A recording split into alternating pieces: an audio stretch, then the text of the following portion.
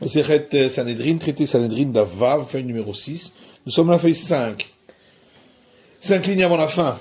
Étivé, on a objecté à Shmuel, qui dit que si deux juges ont fait un jugement, il est valable, mais ils sont considérés comme un tribunal arrogant parce que les sages ont institué qu'il faut 3 juges. Voilà une braïta qui dit, Rabban Shimon Gamiel Omer, Rabban Shimon Gamiel dit, Hadin Bishlosha. La justice doit être avec 3 juges. Ou Pshara, et le compromis, Bishnaim, avec 2. Il y a fait quoi Pshara, Mikwa Hadin, et la force du compromis est plus grande que celle de la justice. Parce que si 2 ont pratiqué la justice, les parties peuvent revenir en arrière, puisqu'il faut 3 juges. Et sinon, c'est pas valable. Et si 2 juges ont fait un compromis, les parties ne peuvent pas revenir en arrière, puisqu'ils ont accepté le compromis, et il peut se faire à 2. Donc on voit que la justice avec 2 juges n'est pas considérée comme une justice du tout. Si tu vas répondre que les sages ne sont pas d'accord avec Rabban Shimon Gamiel, et eux pensent que à 2 c'est valable, comme dit Shmuel, et même 1 serait valable d'après lui. Pourtant Rabbi Avaou a dit que si 2 juges ont fait un jugement, d'après tout le monde, leur jugement n'est pas valable. Et la Gemara répond Gavra Karabit. Est-ce que tu veux poser une question d'un homme contre un autre homme? Shmuel n'est pas obligé d'être d'accord avec Rabbi Avaou, puisque les 2 sont des maîtres du Talmud, des Amoraïm. Goufa, on reprend l'enseignement qu'on vient de voir. Amar Rabbi Avaou lui dit, 2 juges qui ont jugé pour une affaire d'argent, les dira d'après tout le monde, leur jugement n'est pas valable. Et tu veux Rabbi Abba et Rabbi Avaou. Rabbi Abba a objecté à Rabbi Avaou à partir d'une braïta qui dit, Dan et Hadin, si un juge a fait un jugement, et il a rendu innocent celui qui était coupable, et coupable celui qui était innocent, Timé Tataor, où il a rendu impur ce qui était pur, Tier et Tatame, où il a rendu pur ce qui était impur, Macha Asa Asou, ce qu'il a fait est valable, ou Meshalem Mibeto, et il devra rembourser celui qui a payé, injustement, de son propre argent. Donc on voit bien que même s'il a fait la justice tout seul, c'est valable a posteriori. Et l'Agma répond ici on parle d'un cas où les parties l'ont accepté comme juge, même seul. Mais alors à ce moment-là, pourquoi il doit rembourser de sa poche? Ils ont accepté. D'abrouler parce qu'ils lui disent Dayan Tlan Din Torah. Tu dois juger pour nous selon la Torah. Or, ce n'est pas ce qu'il a fait. Amel Rav Zafra le Rabbi Abba, Rav Zafra dit à Rabbi Abba, on parle qu'il s'est trompé sur quel enseignement? Il est mal de Tarabid var Mishnah. S'il s'est trompé sur un enseignement d'une Mishnah, ou donc d'un enseignement qui est connu et reconnu, Ve'amar Rav Sheshet Amar Rabbi Assi, pourtant Rav Sheshet a dit au nom de Rabbi Assi, Tarabid var Mishnah, Choser.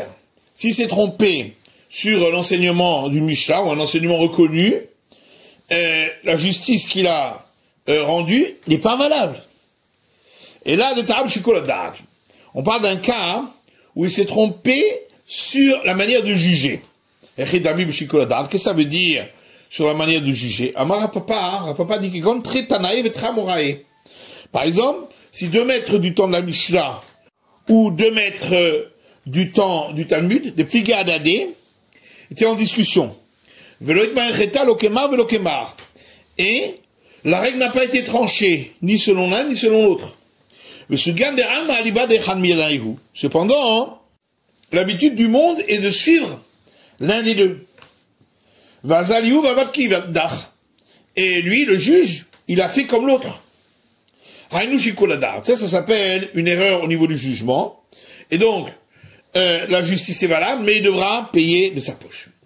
Les Maketanaï, va-t-on dire que la discussion, si la justice a été faite avec moins de 3 et considérée comme valable ou pas, serait une discussion entre des maîtres de la Mishnah également. Parce qu'il y a une braïta qui dit Bitsur Abishlosha. Le compromis doit être fait avec 3 juges, livré Rabbi Meir, parole de Rabbi Meir. Vahacham Mamrim, et les sages disent Pshara Beyachid. Le compromis peut être fait avec 1. Savoir les Koulalma Makshilam Saraledin. Alors on a pensé que d'après tout le monde, les deux avis sont d'accord, que on considère que la justice et le compromis sont similaires. Maïla Be'aka Mifligé. Et donc n'est-ce pas à ce moment-là, on considérera que leur discussion est sur le point suivant, le Marsavar Din Bishlosha. L'un considère que la justice doit être faite avec 3 juges, le Marsavar Din Mishnaim. Et l'autre pense que la justice, c'est même avec 2 ou même avec 1. Et donc pareil pour le compromis. Et l'Agmar dit non, pas du tout. Des coups Din Bishlosha. Tout le monde est d'accord que la justice doit être faite avec 3 juges. Ici, la discussion est sur le point suivant. Le Marsavar Makshinam Sharaledin. L'un pense qu'on considère que le compromis et la justice sont similaires. Et donc, c'est pourquoi, pour le compromis aussi, il faut 3 juges. On va savoir le Makshinam Sharaledin. Et l'autre considère qu'ils ne sont pas similaires, le compromis et la justice. C'est pourquoi, même 2 ou même 1, c'est valable. Alors, va-t-on dire qu'il y a 3 avis parmi les maîtres de la Mishnah concernant le compromis.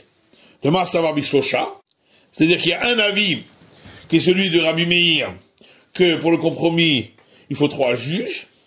Au Marsavar, et il y a un avis Mishnaim qui dit que il faut 2 juges, c'est l'avis de Rabban Shimon Gamliel qu'on avait vu auparavant. Au Marsavar, Beyachid, il y a un avis que un juge suffit, c'est l'avis des sages qu'on vient de voir. Alors Ravacha, fils de Rabika, et certains disent Ravima, fils de Shlamia, dit celui qui a dit que le compromis c'est avec 2, en vérité même avec 1, c'est valable aussi. Pourquoi il a dit 2? Pour qu'il y ait des témoins sur le résultat du compromis. On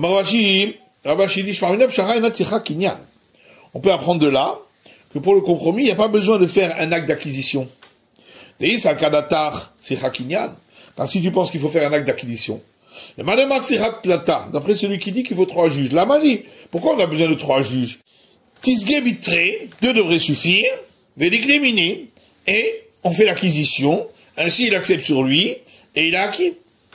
Mais la règle est cependant, qu'un compromis, même s'il y a 3 juges, il faudra une acquisition. Tanoura Banan, tout ça j'ai enseigné dans une braïta. Que Shem Shadin Bishlosha, Karbitsoar Bishlosha. La manière que le jugement se fait avec 3 juges, de même, le compromis doit se faire devant 3 juges. L'Igmar a dit, lorsque le jugement est terminé, il y a Tarisha Niftsua. Tu ne peux plus faire de compromis. Sarmash, Bankash, Siman, il s'agit de signes mnémoniques, où il y a à chaque fois une lettre qui correspond à un des avis qui va être dit là. Donc on poursuit la baraïta. Rablezer Benoch et Rablezer Aglili Omer. Rablezer, fils de Rablezer Aglili, dit Asur Lifsoa, il est interdit de faire un compromis. Et tout celui qui fait un compromis, il fait une faute. Et tout celui qui bénit celui qui fait un compromis, il est considéré comme dégoûtant. Et c'est sur cela qu'il est dit, lorsqu'il y a un compromis, celui qui bénit, ni etz Hashem, l'Éternel le prend en dégoût. Et là, Ikov a dit Netahar. Mais la justice perce la montagne. Chez Neymar, comme il est dit, car la justice est au Dieu Tout-Puissant. Et de même, Moïse disait, Ikov a dit Netahar, que la justice perce la montagne. Mais Aaron aimez la paix et poursuivez la paix. Omesim shalom ben adam l'chavero. Et il faisait la paix entre un homme et son prochain. Chez Neymar, comme il est dit, Torah temet aïta befihu. La règle de vérité était dans sa bouche, on parle d'Aaron. Ve'avla lo nimtza bisvatav. Et on n'a pas trouvé d'iniquité dans ses lèvres. Le shalom ou mishor halach. Avec la paix et la droiture, il a marché. Iti avec moi. Ve'rabim heshiv me'avon. Et nombreux sont ceux qu'il a fait revenir après qu'ils aient fauté. Donc Aaron, effectivement, faisait un compromis, mais seulement avant qu'il ne aille au tribunal. Après, revient l'avis qu'on a vu ici, que le compromis est interdit, selon cet avis. Rabbi Eliezer Omer, Rabbi Eliezer dit, Rabbi Gazal, CA. Si quelqu'un a volé le volume d'une CA, chez le chitim de blé, Tahana, et il l'a moulu, Ve'afa'a, et il a fait cuire la pâte, Ve'efrishminan chala, et il en a prélevé la chala, qui est la partie qu'on donne au prêtre. Kitsad mevarer, comment peut-il faire une bénédiction sur ce prélèvement? Enze mevarer et la menaetz. C'est pas bénir, mais c'est faire quelque chose de dégoûtant. Et c'est sur lui que s'applique le verset qu'on avait rapporté auparavant, où celui qui a volé et qui dit une bénédiction, l'Éternel le prend en dégoût. Rabbi Meir Omer, Rabbi Meir dit, ce verset concernant Botsea, celui qui fait cette iniquité, a été dit concernant Judas. Chez Neymar, comme il est dit, Judas a dit à ses frères, pourquoi ferions-nous ce Betsa, donc toujours le même mot, en tuant notre frère? Et il leur a dit, allons, vendons-le aux Ismaélites. Et tout celui qui bénit, qui vante cet acte de Judas, en vérité, il fait quelque chose de dégoûtant. Et c'est sur lui qu'il est dit, et celui qui a fait cette iniquité et on le bénit, l'Éternel le prend en dégoût. Parce que Judas était le roi de tous les frères. S'il avait dit de ramener Joseph à son père, il l'aurait fait. Donc il n'a pas fait ce qu'il devait faire. Rabbi Yoshua ben Kocha Omer, Rabbi Yoshua ben Kocha dit, mitzvah l'itswa. C'est un commandement de faire un compromis. Chez Neymar, comme il est dit, emet umishpat shalom shiftu b'sha'arechem. La vérité et la justice, la paix, jugez dans vos cours. Valo bimkom sheyesh mishpat en shalom. Et pourtant, s'il y a justice, il n'y a pas de paix, puisque il y en a bien un qui va être condamné à payer, donc il sera mécontent. Ou bimkom sheyesh shalom en mishpat. Et s'il y a la paix, il n'y a pas de justice, puisque dans la justice, on est obligé de contraindre. Et là, ils ont mishpat sheyesh bo shalom. Mais c'est quoi la justice où il y a la paix? Aveomer zebitsua. Tu es obligé de dire que c'est le compromis. Que tous les deux sont contents, on a fait un pas vers chacun. Vechem ben David ou Omer. De même pour David, il est dit, Vahi David osé mishpat ou tzedaka. Et David faisait la justice et la charité. Valo kol makom sheyesh mishpat en tzedaka. Pourtant, s'il y a justice, il n'y a pas charité. Ou tzedaka et mishpat, s'il y a charité, il n'y a pas de justice. Et là, ils ont mishpat sheyesh bo tzedaka. Mais quelle est la justice où il y a une charité? Veomer zebitsua. Tu diras, c'est le compromis, puisque on va dans le sens de la justice, mais aussi, on va aussi dans le sens de celui qui doit payer, de payer un peu moins, donc on lui fait la charité. Atan et Tanakama. Ce qui va être dit maintenant suit l'avis du premier avis qu'on a vu, qui disait qu'on a le droit de faire un compromis, c'est pas une obligation, et nous disons, dans l'état din, si on a pratiqué la justice, on a rendu innocent celui qui était innocent, et on a rendu coupable celui qui était coupable. Et le juge a vu que c'est le pauvre qui a été rendu coupable de payer. Et le juge a payé à sa place de son propre argent. C'est ça qu'on appelle la justice et la charité. La justice pour l'un et la charité pour l'autre. La justice à celui à qui on a rendu l'argent. Et la charité pour celui pour qui on a payé de son propre argent. Et donc ça ne s'applique pas ici au compromis, mais au juge qui paye à la place du condamné lorsqu'il est pauvre. Quand je suis allé les Rébi, Rébi s'est posé la question suivante. Pourquoi c'est marqué qu'il pratiquait la justice et la charité pour tout son peuple? On aurait dû dire pour les pauvres d'après cette explication. Et là, c'est pourquoi il faut dire autrement. Même si le juge n'a pas payé de son propre argent, c'est quand même une justice avec charité. Justice pour l'un et charité pour l'autre. La justice pour l'un à qui on a rendu son argent, et c'est une charité pour l'autre, parce que grâce à cela, il a fait sortir le vol de sa propriété. Rabbi Shimon ben Menassia Omer, Rabbi Shimon ben Menassia dit, si deux personnes sont venues devant toi pour être jugées, avant que tu n'aies entendu leurs arguments, ou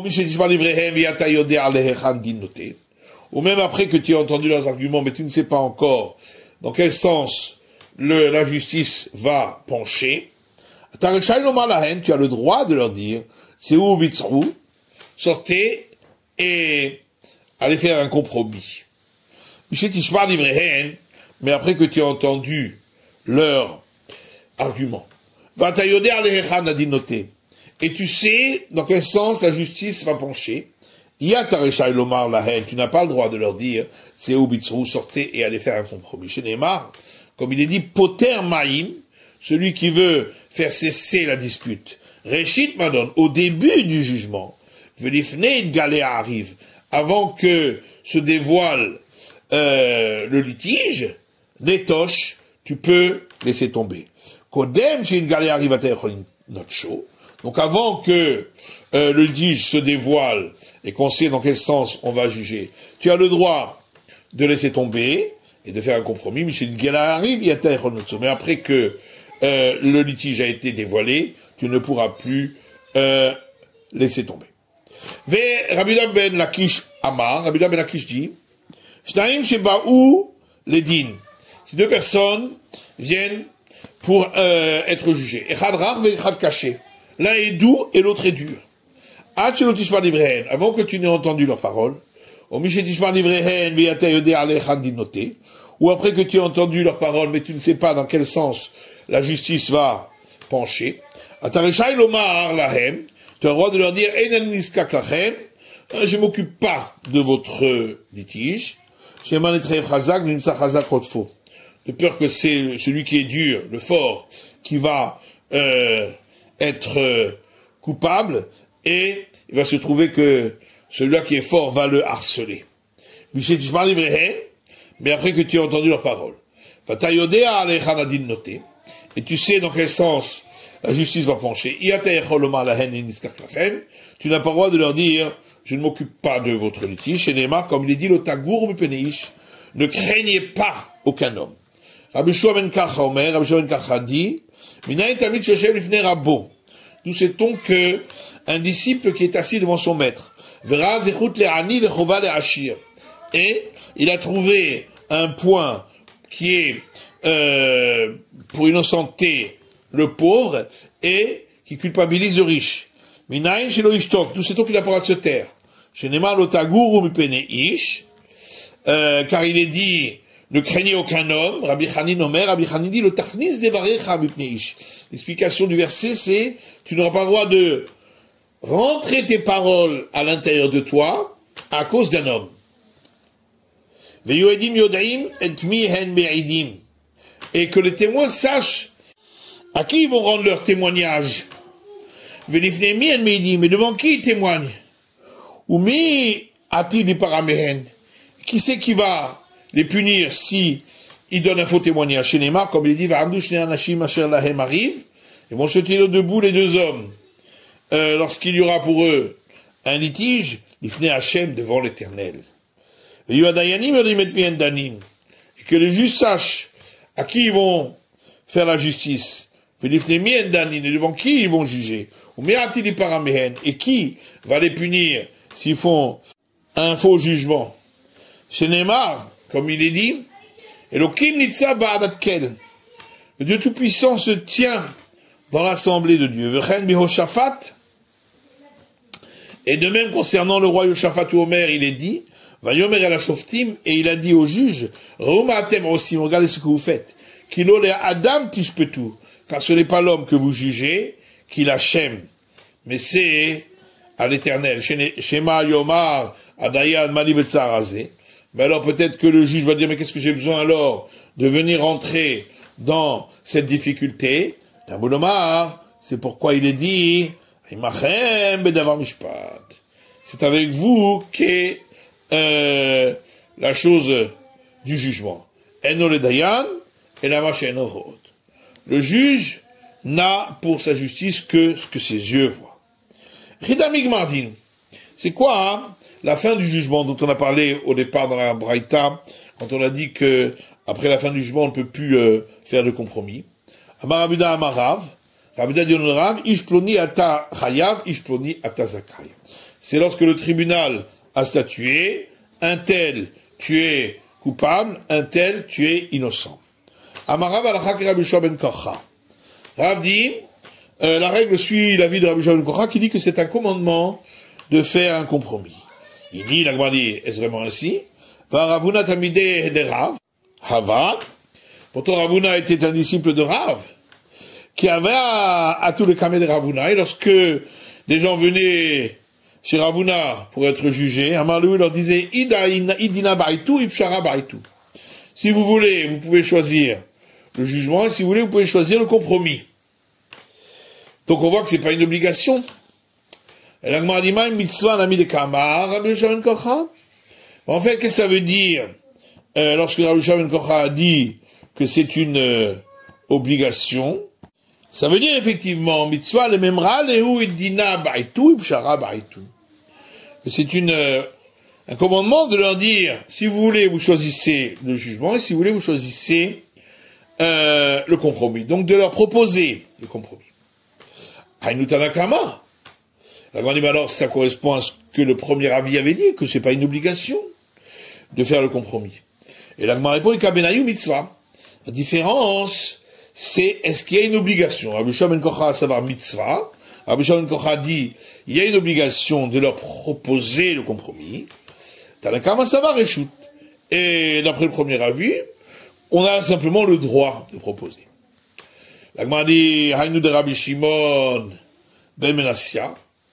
Mais le premier avis correspond à l'avis de Rabbi Shimon ben Menassia qui a dit aussi que c'est pas une obligation le compromis. La Gemara dit Kabenayu. La différence entre les deux, c'est ce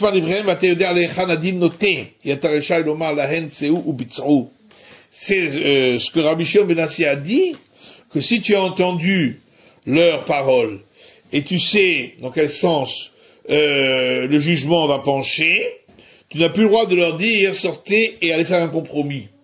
Et ça, c'est seulement d'après Rabbi Shimon ben Menassia, alors que d'après le premier avis, on a le droit de faire le compromis jusqu'à la fin du jugement lorsque le tribunal va statuer. C'est la fin de l'étude du DAF Vav de la feuille numéro 6.